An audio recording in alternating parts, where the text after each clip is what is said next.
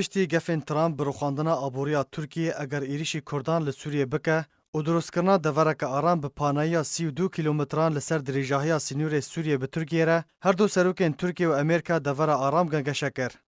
جدرنا سر به حکومت ترکیه و لسر زار سروکاتیا ترکیه دوشمه بلاف کر. که رجب طیب اردوغان سروک کمارا ترکیه و هفشان وی امریکی دونالد ترامپ پرسا آواکرنا دورک آرام لسوریه گوتو بیش کرنه. لگوری آژانس سکای نیوز لسر زار سروکاتیا ترکیه بلاف کریه. اردوغان و ترامپ د پیوندیه که تلفونی ده دور آرام کو سروک امریکا د تویتا خود آماجه پی کربو بیکو بده خویانی کوه دور آرام آوا بکه آنگو کی و تیچونه و پیشکش بکه گنگشه کرن.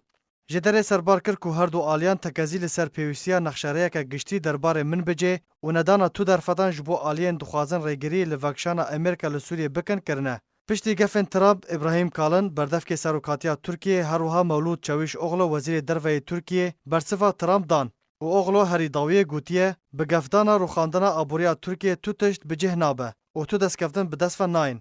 هروا اغلو گوتجی که ترکیه نل دجی بیروکا دورک آرام لسوریه و او یک لگور شروفکارن هاتیه تگهشتن که پجراندنک جه دست پیشخاریا ترامپ رای تویکونه اشکره.